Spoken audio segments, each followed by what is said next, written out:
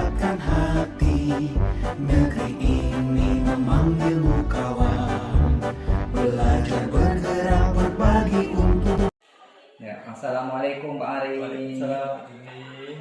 Bagaimana kabarnya Pak Hari hari ini? Alhamdulillah baik Pak. Gimana kabar Pak sendiri? Alhamdulillah kalau saya sendiri baik Pak. Kebetulan juga hari ini dalam keadaan sehat Pak. Gini Pak Ari ya. Beberapa hari sebelumnya saya sudah menyampaikan kepada Pak Ari kalau saya ini mendapat tugas Pak. Nah, tugas ini untuk melakukan supervisi akademik akademik Pak Ari. Nah, untuk supervisi akademik ini Pak, ini kita ini ada 3 tahapan Pak ya, yang akan kita lalui. Yang pertama itu ada tahapan pra observasi. Nah, kemudian yang kedua nanti akan pelaksanaannya itu nanti berarti tahap observasi. Dan yang ketiga nanti ada namanya tahap pasca observasi atau tahap setelah pelaksanaan observasi. Nah, pada kesempatan kali ini atau siang hari ini kita akan melaksanakan tahapan pra observasi Pak, yaitu tahapan di mana kita sebelum melakukan observasi di kelas kita laksanakan dulu sebelumnya, ya ini namanya pra observasi. Nah, di mana harapan kita sama-sama di siang hari ini Pak, kita ini saling berdiskusi, saling tukar pikiran lah Pak ya, terkait bagaimana kesiapan Pak Ari untuk melaksanakan supervisi nanti Pak. Jadi kita persiapan apa saja nanti kita siapkan dalam pra observasi ini Pak. Nah itu. Dan juga agar pelaksanaan supervisi Pak Ari nanti berjalan dengan lancar dan tidak ada hambatan Pak. Jadi pas nanti sudah observasi, ketika sudah kita mempersiapkan betul-betul, nantinya pas observasi kita sudah tidak ada hambatan lagi Pak, dan semoga bisa berjalan dengan lancar Pak. Nah itu. Selain itu juga Pak ya, untuk bisa juga untuk meningkatkan kemampuan Pak Ari dalam bidang akademik Pak ya, pengetahuan serta pengalaman Pak Ari bisa bertambah di dalam proses pembelajaran Pak. Nah itu. Jadi hari ini ya Pak, kita akan melakukan kegiatan observasi.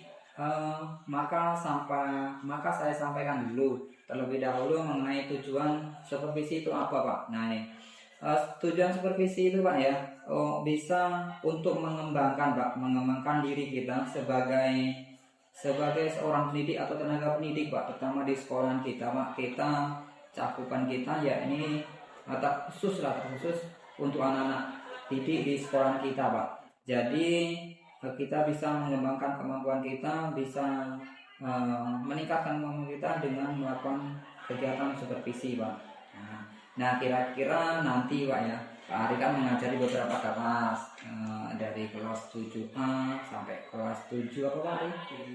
Dari 7C sampai 7E. Iya, dari kelas 7C sampai kelas 7E. Nah ada 3 kelas. Nanti Pak Ari kira-kira pas kita melakukan supervisi nanti, Pak Ari ngambil kelas yang mana nanti Pak? Untuk besok kita supervisi di kelas 7D. Oh di kelas 7D. Itu memang jadwal Pak Ari di sana atau bagaimana? Iya, pas jadwal saya. Oh, kebetulan pas jadwal saya berarti pas. Oke lama. Nah, kelas kita sudah kita tentukan bahwasanya besok kita di kelas 7D. Sekarang besok itu pas pelaksanaan supervisi materi Bapak nanti apa Pak? Tentang apa materinya nanti? Untuk materi kita ke bab 2 Pak, masih di bab 2 mengenai zat dan perubahannya pada materi perubahan fisika dan kimia. Oh, materinya berarti perubahan fisika kimia Pak ya. Tentunya terkait dari materi ini pasti nanti kan ada tujuan yang hendak dicapai nih Pak oleh peserta didik nanti atau oleh murid. Kira-kira Pak, tujuan apa yang hendak Pak Ari capai melalui materi ini Pak nanti besok Pak? Oke, untuk tujuan pembelajaran mengenai apa ya tadi perubahan fisika dan kimia, tujuannya yang jadi peserta didik ini dapat mengidentifikasi perubahan fisika dan kimia pada kehidupan sehari-hari, sehingga bisa apa ininya mereka bisa tahu lah apa perubahan fisika dan kimia dalam kehidupan. Oke Pak, luar biasa ini Pak ya. Perubahan fisika dan kimia dengan tujuan tadi mengetahui, mengidentifikasi Pak ya, mengaitkan dengan kehidupan sehari-hari ya, luar biasa. Nah, kira-kira berdasarkan tujuan ini Pak ya, kira-kira area mana Pak yang mau dikembangkan nantinya Pak? Untuk area yang dikembangkan di sini ya berdasarkan tujuan yang tadi saya terjabar di depan tadi, tujuannya kan siswa-siswi dapat mengidentifikasi perubahan fisika dan kimia dalam kehidupan sehari-harinya. Di sini saya ingin menekankan bahwasanya IPA atau ilmu pengetahuan alam itu dekat dengan mereka sendiri. Dan yang kedua, saya ingin mereka bisa bekerja sama, berkolaborasi untuk memecahkan suatu masalah yang ada di lingkungan sehari-hari, lingkungan kehidupan. Alhamdulillah kalau begitu Pak. Nah, kemudian lanjut lagi, kira-kira kalau sudah menentukan area yang mau dikembangkan, terus bagaimana cara atau strateginya yang akan digunakan dalam rancangan pembelajaran untuk pembelajaran besok Pak? Ya. Jadi sebelumnya kan saya juga sudah membuat RPP, yang mana RPP di dalamnya terdapat LKPD yang berisikan nanti di LKPD tersebut saya berikan bahan bacaan untuk mereka baca mengenai perubahan fisika dan kimia, kemudian ciri-cirinya itu apa, perubahan fisika dan kimia itu, kemudian di LKPD tersebut saya ingin anak-anak bekerja sama, berkolaborasi bersama temannya untuk menentukan yang mana perubahan fisika dan yang mana perubahan kimia dalam kehidupan mereka sehari-hari. Oh begitu ya, berarti nanti akan dibentuk sebuah kelompok ini berarti Pak ya? Ya, jadi pengelompokan. Jadi berapa kelompok ini nanti Pak? Kita bikin 8 kelompok karena saya ingin 8 kelompok ini kan termasuk 8 kelompok itu kelompok yang kecil Pak. Ya. Jadi saya ingin mereka ini bisa aktif mengeluarkan inspirasinya di mana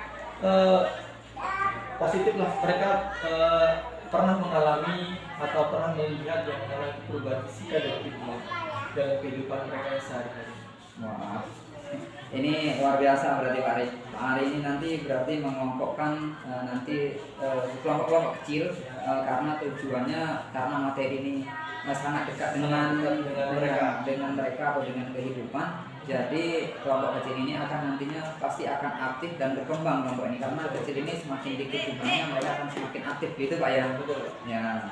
Nah, kira-kira Pak, ya ini besok kan kita laksanakan di kelas 7D. Nah, untuk waktunya ini kira-kira kita jam berapa nih Pak ya? Untuk waktunya jam saya di 7D itu di jam 10.30. Oh, berarti jam setelah habis istirahat. Oh, ya tepat sesudah istirahat. Wah, jadi anak masih fresh, ya. habis makan. Nanti kan bisa dilihat juga dari makanan yang mereka makan itu kan pasti ada yang namanya perubahan fisika dan kimia. Oke Pak. Berarti kita laksanakan besok setelah jam pembelajaran, setelah jam istirahat. Oke Pak. Jadi besok saya akan melakukan supervisi di kelas 8. Saya akan melihat hal apa saja Pak yang terjadi di dalam kelas Pak Ari. Kemudian setelah Pak Ari melakukan kegiatan pembelajaran, tentunya kita akan melakukan percakapan kembali Pak seperti ini Pak. Tapi kalau sekarang namanya pra-observasi berarti nanti jatuhnya adalah kegiatan setelah observasi, yaitu pasca observasi. Ini rencananya Pak, nanti pas kegiatan pasca observasi nanti atau pasca setelah supervisi nanti Pak, ini akan insya Allah akan dihadiri sama pendamping praktik saya Pak dari CGP Pak, yaitu Eka nanti. Jadi itu nanti pas pendampingan kelima Pak pasca observasi. Jadi nanti kita sempatkan kembali ngobrol kembali setelah kegiatan observasi di dalam kelas Pak.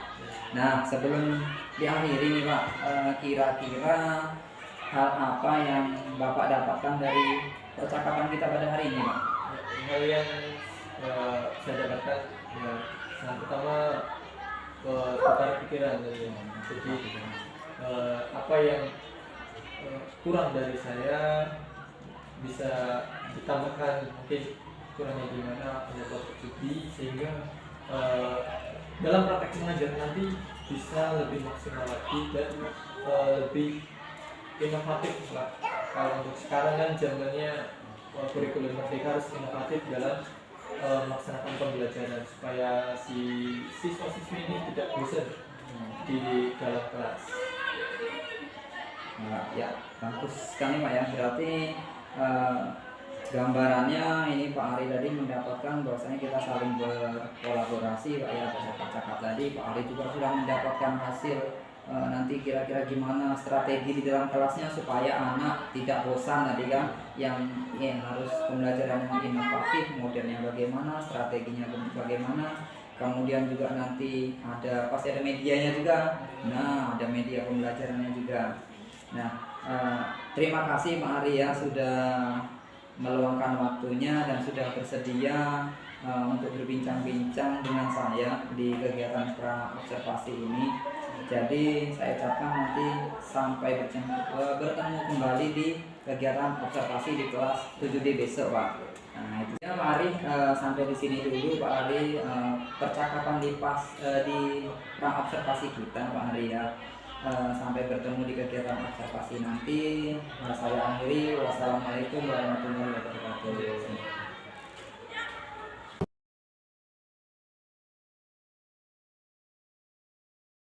Assalamualaikum warahmatullahi wabarakatuh.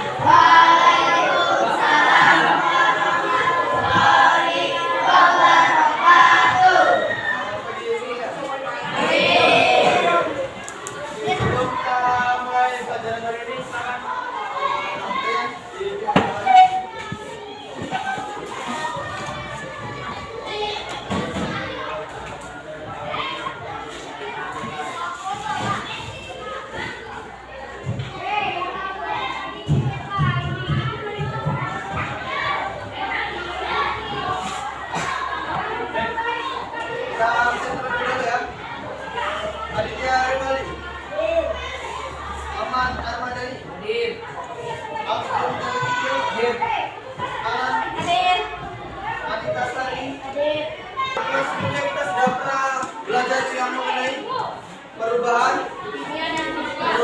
zat. Tahu perubahan zat ya? Contohnya ada di perubahan benda cair ke padat. Contohnya apa? Kemarin air menjadi es. Perubahan zat cair menjadi apa? Padat.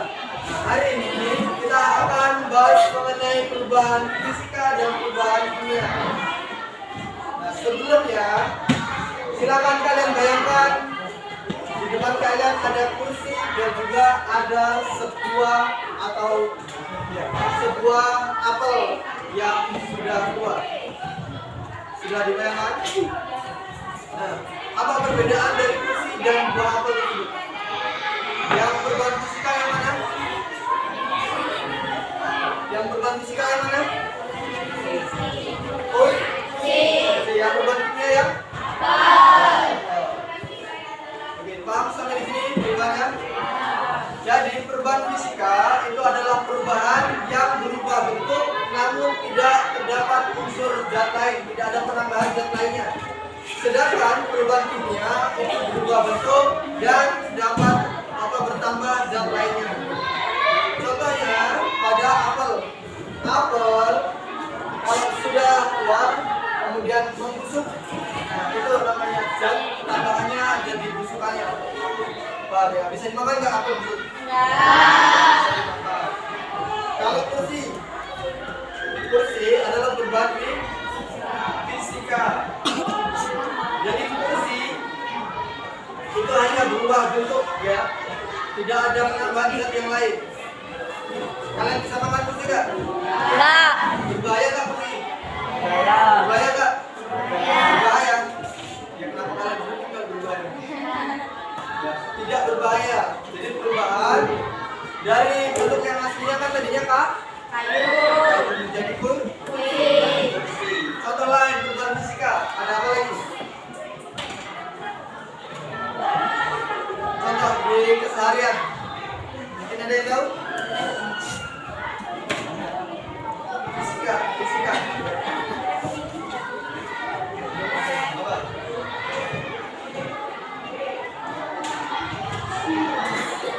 Perubahan apa? Air menjadi es. Ya, itu termasuk juga perubahan fisikanya berubah bentuk, namun tidak terdapat zat yang lain. Kita lanjut ke perubahan kimia. Ada apa? Di keseharian kalian pasti pernah melihat ada apa? Besi berkarat. Nah, pertamanya adalah besi. Kemudian terkena hujan atau terkena namanya kotoran ayam. Itu kotoran ayam bisa membuat karat. Nah, karat itu menjadi zat yang lain. Ya, berubah bentuk dan bertambah zatnya. Besi karat adalah perubahan kimia. Kemudian yang kalian makan susu basi. Nah, susu basi. Oke. Fermentasi menjadi apa? Yogurt. Ya, yogurt adalah fermentasi dari susu. Nah, berubah bentuk ya. Dari susu yang tadinya cair menjadi bentuknya padat. Susu yogurt itu padat. Padat ya. Selain itu ada lagi. Jadi apa? Kedelai menjadi tempe. Ya, berubah bentuk dari yang tadinya kedelai yang berbiji-bijian menjadi satu buah tempe. Yang mana di dalam tempe tersebut ada namanya jamu.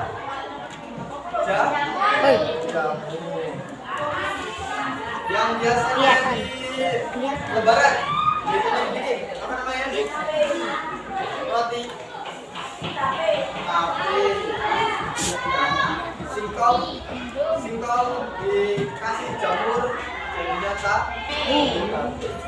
Di dalam tape tersebut ada namanya alkohol. Alkohol terkandung juga di dalam singkong. Tidak ada. Karena fermentasi dari tape, dari jamurnya menjadi tape. Akhirnya terdapat namanya alkohol. Sampai sini ada pertanyaan? Oke, kalau tidak ada yang ditanyakan, silakan bentuk kelompok. Yang belakang, yang depan silakan menghadap ke belakang, yang di belakang silakan salah satu tidak. Tiga.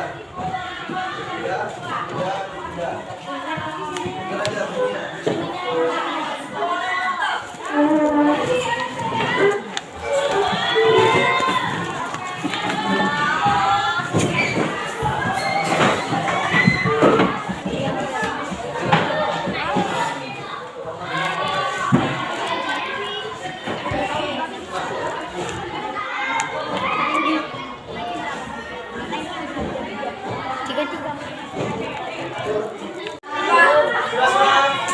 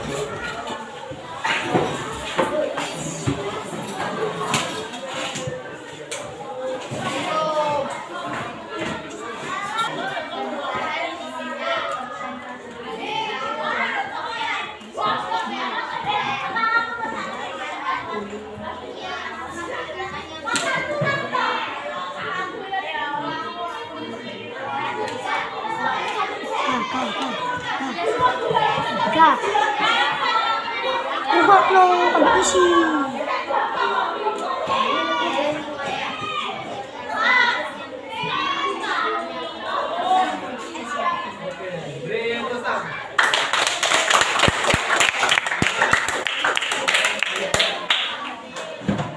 Oke, kita lanjutkan untuk kelompok yang di belakang.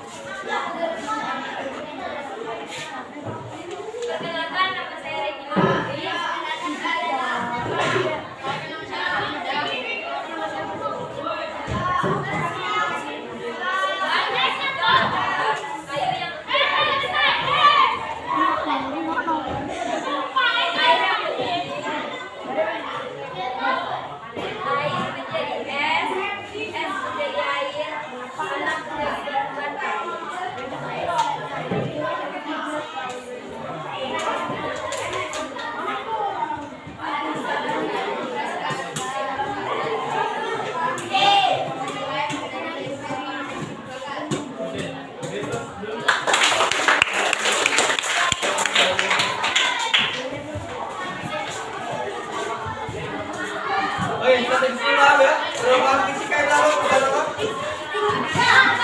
Pengertian dari perubahan fisika itu perubahan apa?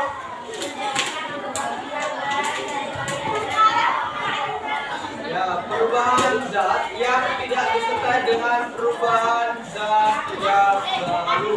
Itu adalah perubahan fisika. Salah satu contohnya adalah kayu menjadi batu. Nah, itu tidak ada perubahan, hanya perubahan bentuk, tidak ada perubahan lain. Paham ya? Kemudian perubahan kimia adalah perubahan zat yang menghasilkan zat baru. Salah satu contohnya yaitu tempe berasal dari kedelai. Kedelai menjadi tempe. Di dalam tempe itu ada apa ya?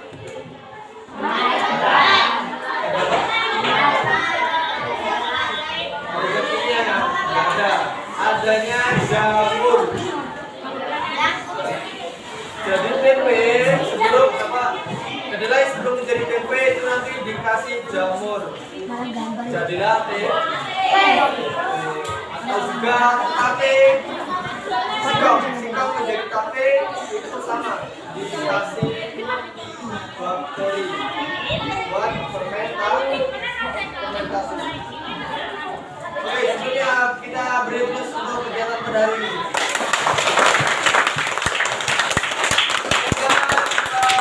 Untuk hasilnya silakan dikumpulkan.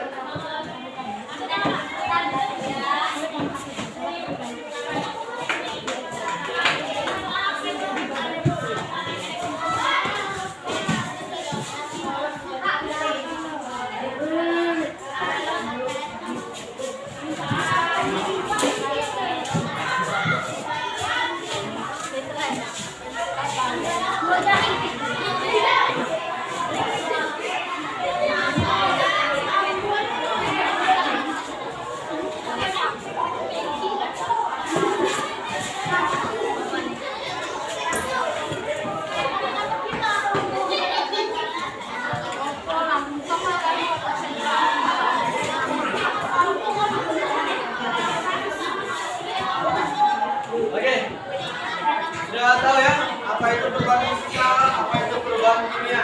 Sudah paham semuanya? Oke, jadi perubahan fisika dan perubahan kimia itu identik ada di sekitar kalian. Jadi kalian itu harus memahami mana yang perubahan fisika, mana yang perubahan kimia. Itu yang namanya IPA itu dekat dengan kalian. Pada oke, sebelumnya ada yang ditanyakan dari pembelajaran kita pada hari ini? Ya, terima kasih atas waktunya.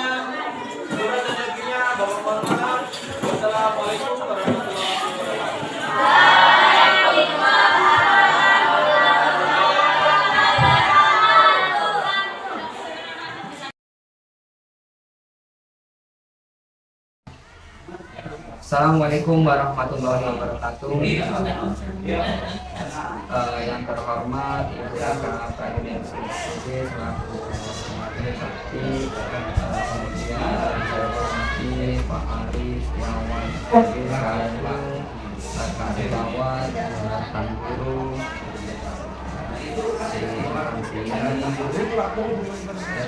bagaimana kabarnya Pak Ibu?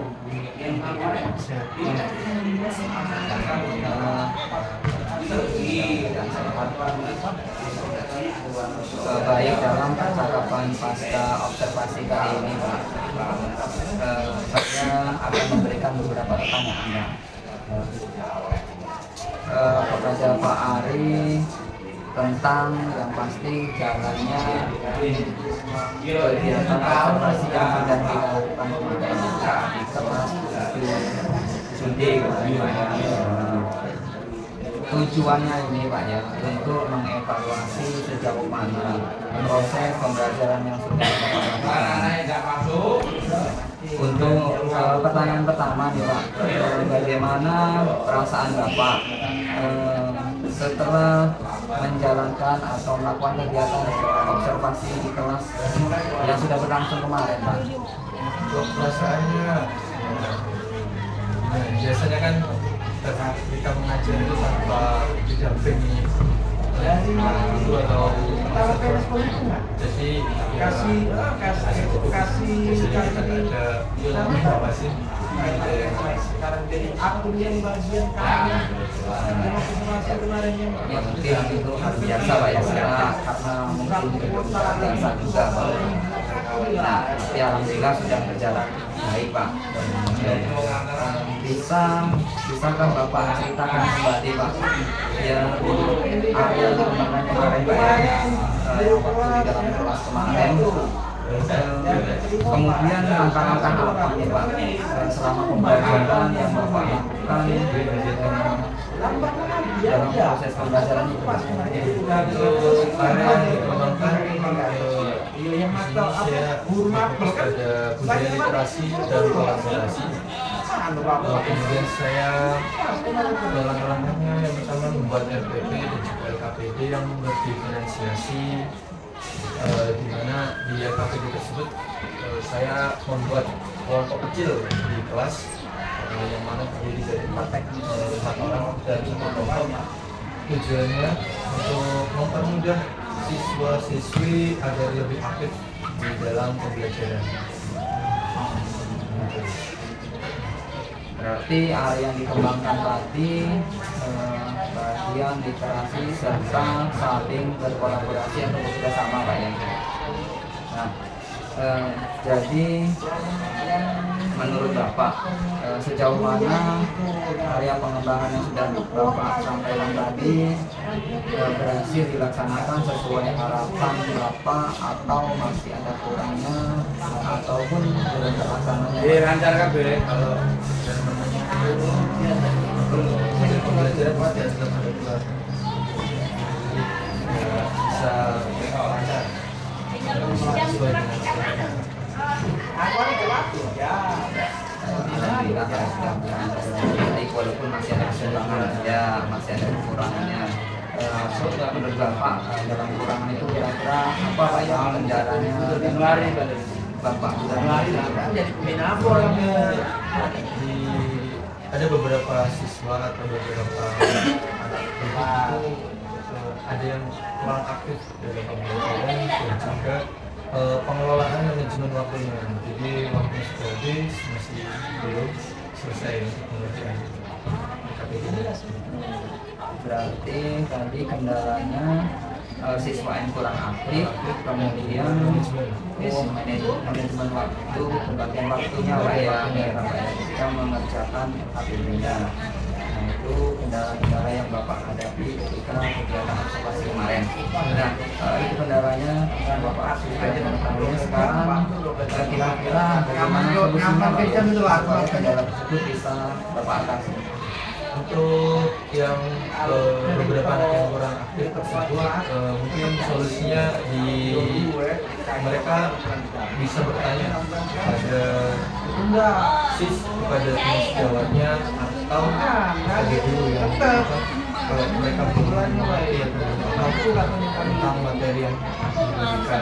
Nah, itulah Kemudian kata-kata manajemen waktunya mungkin di sini sebelum saya membagikan kelompok mungkin ada kayak 18 waktu lah hitungannya 18 juta. waktunya dari berapa menit untuk pengerjaan aktivitas sehingga mereka bisa menyesuaikan Itu duo kan? untuk penyelesaian. Baik Pak. Jadi Bapak tadi mengingatkan siswa ketika tidak paham bisa melalui belajar dengan ya teman sejawat mereka atau bisa juga bertanya dengan gurunya. Serta yang kedua tadi solusinya adalah ketika manajemen waktu itu tidak tepat atau kurang pas, kedepannya membagi waktu, ya membagi waktu atau menggunakan waktu apa ya, kalau pas tugas berapa menit hasilnya gitu Pak ya.